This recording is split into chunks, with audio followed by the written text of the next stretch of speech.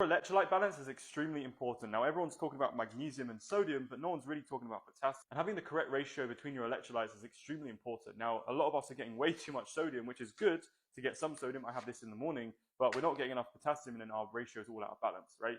We need about 3 potassium to 1 sodium. Now you've got to be thinking about how much sodium you're consuming. Now I think this is great, like Celtic sea salt, I have 1/4 teaspoon in the morning, but also you've got to balance it with the right potassium as well. Things like coconut water, baked potatoes, bananas of course as well, like I'm getting plenty of this in now. See, too much sodium is going to cause water retention. You're also going to feel like you're wired but also tired at the same time. It's going to have a big negative impact on your nervous system. Whereas potassium is going to activate more of your parasympathetic nervous system. If you feel like you're dealing with high cortisol or you're always anxious, nervous, and stressed, I would definitely have a look into your sodium and potassium balance. The best thing you can do is just slightly reduce the sodium and then increase your potassium. And that's pretty much it. That's what I did, and I felt a direct effect just in a couple of days. And getting enough potassium to sodium ratio is going to be good for your digestion as well. Make sure it's going to have cleaner and smoother muscle contractions in the stomach.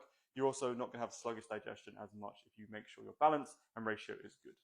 And the studies show this as well as a serious risk in public health, having an imbalance of sodium and potassium. Practically 0 Americans were getting the ideal ratio for sodium and potassium, which is just crazy. And we can see here the ideal ratio is between 1 sodium and then 2 potassium or 3 potassium. And pretty much no one was getting this. In fact, they were way over. And studies do suggest why this is actually bad for us and how you could have an increased stroke or cardiovascular problems in the future. Although this test wasn't statistically significant, it does line up with the idea that having a too high sodium and too low potassium is causing an issue to public health.